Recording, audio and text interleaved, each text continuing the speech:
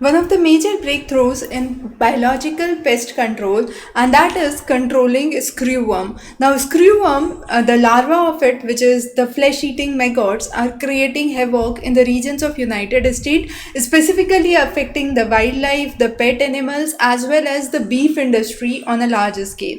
So, there has been a new solution to it, which has been introduced, and this is since the larva is causing the problem, it is important to curtail the larva of the screwworm.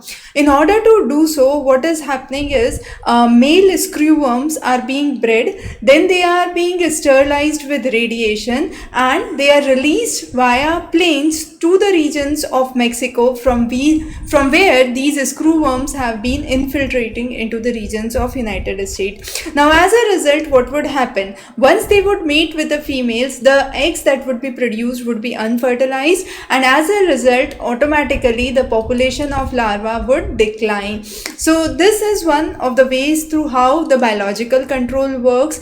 Now, mass production of these flies, the male flies, is really important. So what is being expected is by 2026 a factory would be established in southern Mexico.